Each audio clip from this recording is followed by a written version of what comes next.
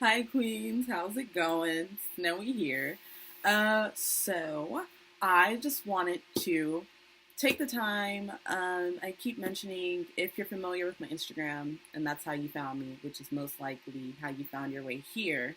Um, I've been talking a lot lately about really going ham and dishing out a lot more videos in regards to the self-discovery journey.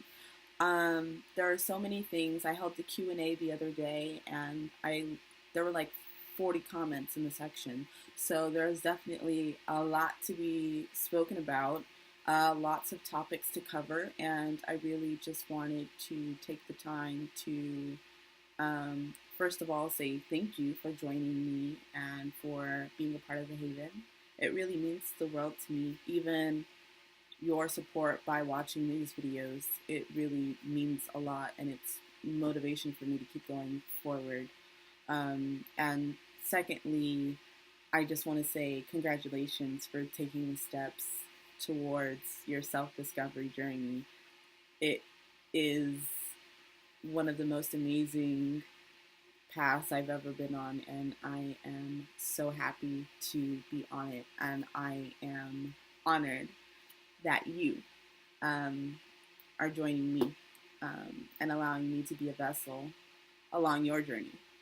So, now that I got the mushy stuff out the way, I wanted to make this video about feeling alone in the self-discovery journey, because it's not something that everyone is trying to attain. It's not a journey that everyone is focused on or even cares about.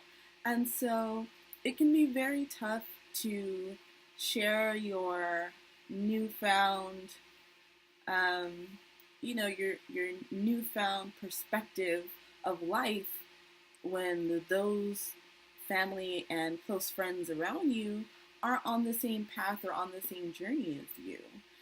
It can be a little daunting, and after a while, it can just, you just give up. You don't even share your experiences anymore. You don't even share your, the things that you're doing along the way, because you just get so tired of feeling not understood, or feeling like you're an outsider or you're different because no one else wants to do these things.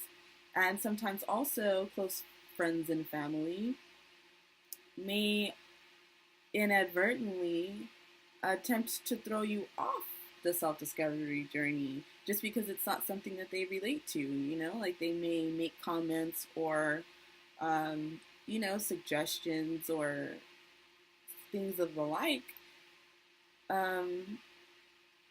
telling you that your journey is, that it's silly, or the spiritual stuff is you're just doing too much, or, they just don't understand you.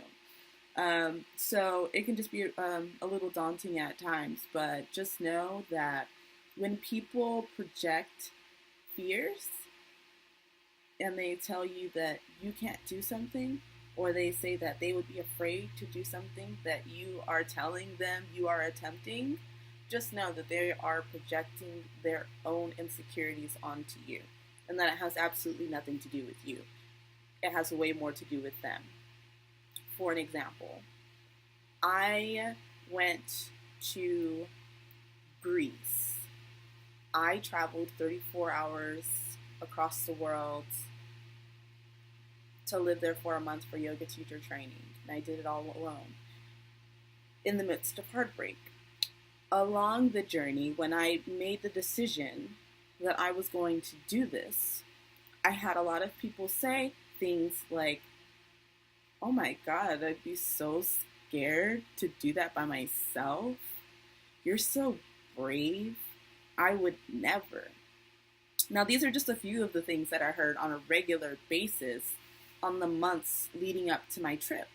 Now, again, you just have to, it comes with spiritual growth, honestly, because it takes a lot of time to be able, and a lot of emotional intelligence to be able to step back and really acknowledge that sometimes people say things and they're not necessarily speaking negatively on you. However, with all of that said, it doesn't mean that those words of negativity or just not quite high vibration, it's not to say that they don't have an effect on you, because they do and they will. Now, what I'm telling you is don't allow it to. Now, if this is the case, and if you've already started to experience this might be a chance why you're watching this video. You might be feeling a little alone just because people around you don't relate. But I just really want to put an emphasis on the fact that, you know, sometimes people just project things onto you that are not yours, and that you don't need to take those things personally, the people that are not on a spiritual path. Truth be told, I don't know anybody personally who's on a self-discovery journey the way that I am, or a spiritual journey the way that I am.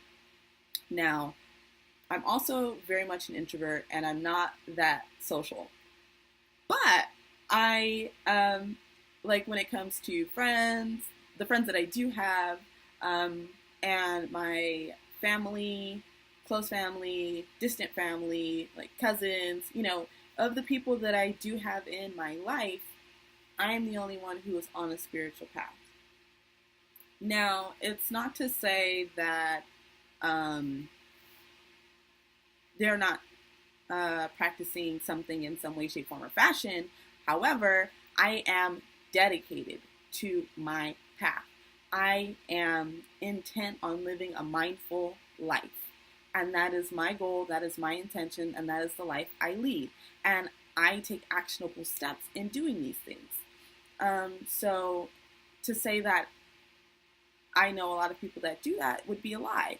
Now, thanks to social media, online, the age of Aquarius, we're able to connect with one another. And I'm able to meet a bunch of fucking amazing women who are into the same things that I am. And who are on a similar path as I am. Now, with that said, it takes me to my next point, which is it's important that you have people in your life that you at least have some level of common goal, interest, or you just have a level of understanding to one another's goals and interests, if that makes any sense. So, for example, when it comes to dating, now I live this path and I've been spiritual, I've been living a spiritual lifestyle for like 7 years now. So with that, there are certain things that I have just always done, right? Or things that I do as a part of my self-care and my spiritual practices. Practicing yoga would be one. Meditating would be another. Saging the place would be another on top of that. So these are just things that I do personally in my own practice. Now, having someone that you're dating, and I mean, this goes for friends also, these are intimate relationships. It's important that you have a level of understanding and that the person can respect what it is that you are doing, okay? Because, you know, this kind of ties into having healthy boundaries, but it's important that the people that you have in your life respect these things that you do. They respect your private yoga practice, and they know that when you're practicing, they're not going to blow up your phone and disturb you. And you have people that respect your meditation space, and they understand that when you tell them it's really intimate to you and that you don't really like people in it, they respect that. When you are saging the place and you're doing your Palo Santo, people are going to respect that it's something that you do, and they're not going to make negative remarks about, oh, it smells offensive, or oh, it stinks, or oh, you're doing that sage again.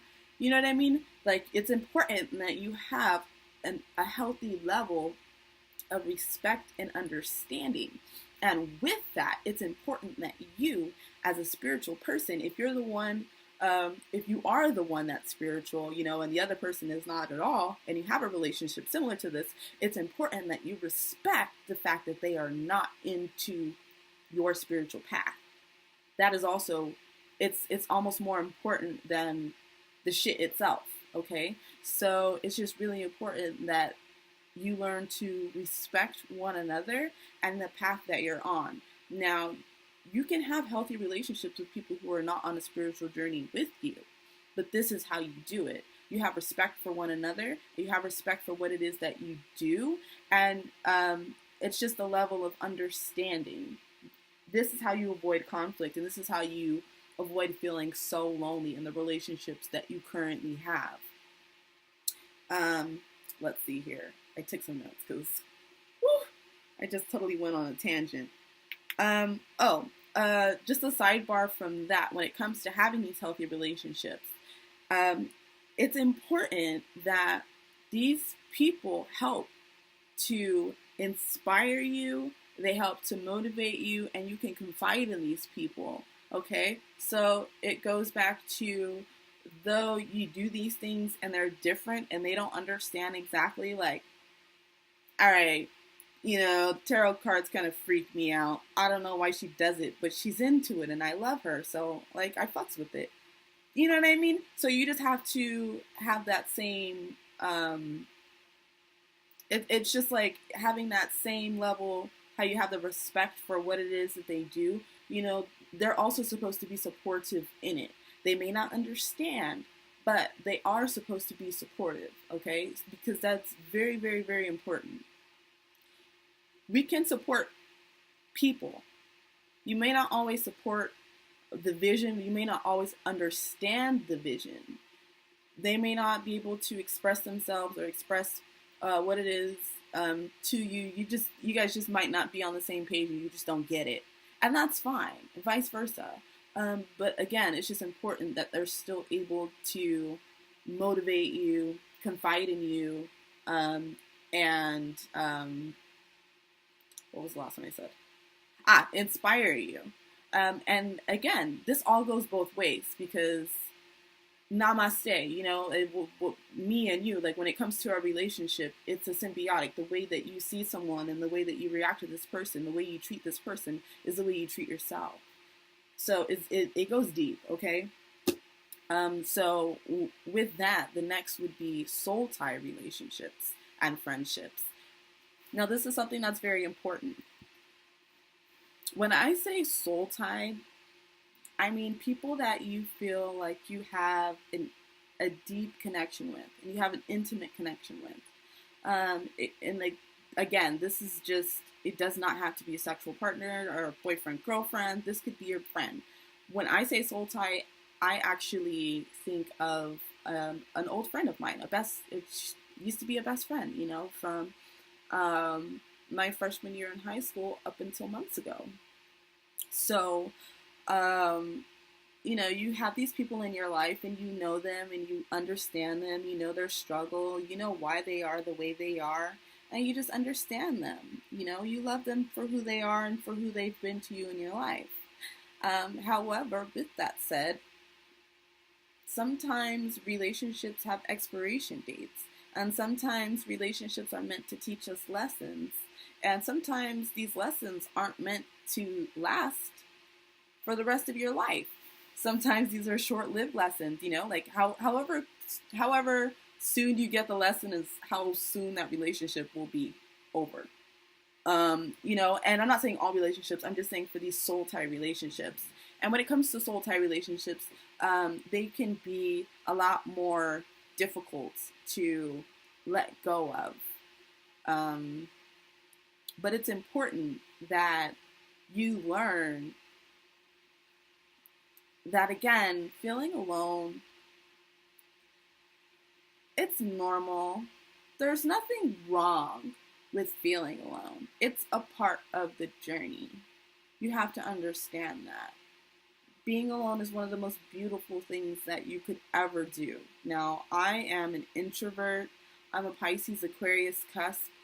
So, truth be told, I am the daydreamiest of daydreamers. I can spend all day, weeks, with very little interaction. Now, I'm not saying that this is completely healthy. I'm just saying that this is the type of person that I am, so it's easier for me. I'm not saying that it's going to be as easy for you to feel alone. But what I am telling you that it is scientifically proven that alone time is mandatory. Spending alone time is like meditation time. When you are by yourself, you allow yourself to really be. You know, a lot of times people don't like to be alone and they don't like to be in their own company, in the company of their own thoughts. But what you have to understand is that, one, you are not your thoughts, and two, being alone is one of the most beautiful things that you could ever do. Okay? So it's just really important. When you spend time alone, you get to know yourself. And in order to love thyself, you must know thyself. Okay? I say it frequently because it's true. You know, this is just the way that it works. You can't know where you're going if you don't know where you are. You have to love where you are right now, who you are right now, who you are by yourself with no attachments to anyone else while you're alone in order to truly get the true satisfaction and the true meaning and the true lessons that you're really meant to receive by spending time with other people.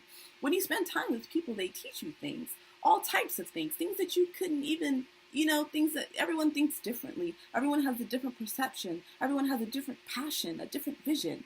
And when you spend time around people, you're able to, you know, to integrate with these things and open up and expand where it is that you are and expand your way of thinking.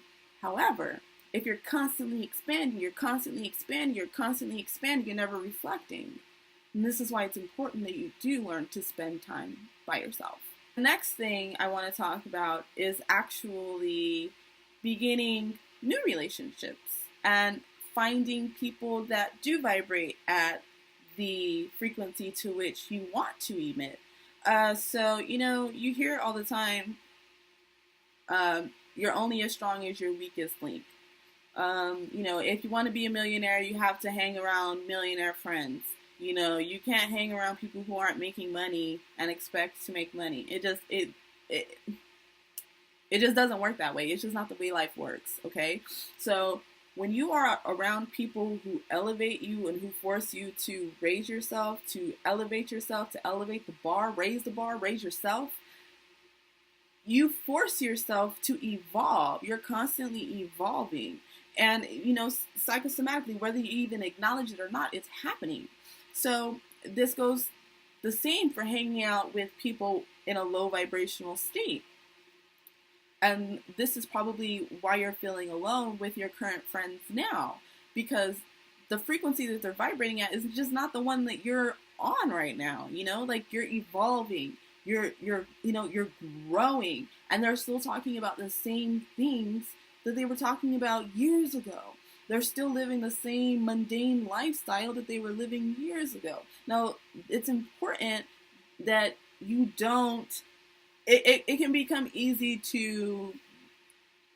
It can be easy to become judgmental on this journey, on this path. I'm not gonna lie. I have a Leo moon. I love everybody, but I have an ego. I do. But you know what? I have an ego on the inside, but on the outside, I truly love to relate to everybody. So I love to put myself in other people's shoes. But a lot of times I'll find myself using both of those things together in a sense of, how sway? Like, you get your life together. Like, you know that you're not living your life the way you need to. You know that you need to level up. Why aren't you leveling up? Why aren't you leveling up? You know? And so, like, I feel this way towards people. And it's slightly judgmental because I'm in a different place than they are. And I can see that they have so much potential, which most of us, I mean, that's how most women date. You know, you see a man, you see it for his potential. Like, it's not the way we're supposed to do it, but it's the way we've done, you know? So it's easy to get into those modes where, like, man, these ain't talking about nothing. They ain't doing nothing with their lives. It's important that you just learn to accept that these people, they're living their divine path, and they're doing what it is that they're supposed to do right now. Just like you're doing what it is that you're supposed to be doing right now. You're watching this video, you're working on yourself, you're learning about self-love, you're taking self-care practices, you are taking the steps to a higher vibration. That's what you focus on, okay? And so with that, it's important that you find people who are at the same frequency to which you want to emit, okay? Now, whether this means going to the local yoga class more frequently, finding an online space that you can communicate, the Haven, had to, shit like that. It really comes down to placing yourself in these circumstances and in these situations, and placing yourself around people, around the vibration. Like take your ass to a festival. I went to the first one in my life, and it was so much hippie goodness. It was amazing. So anyway, do these things to put yourself in the state of mind and the vibration that you want to be in. You know what I mean? Like, go to where you can be around people that are on a similar wavelength as you. And you'll notice that the more you spend time around people who are confidently within, you will see that confidence, you will feel that confidence, and you will exude it. And you'll notice that you also will become so much more strong, secure, and confident in your self-discovery journey. And then when it comes time to deal with these people again, you don't even, you're able to see, like, they just don't know any better. Like, they're just working with what they have.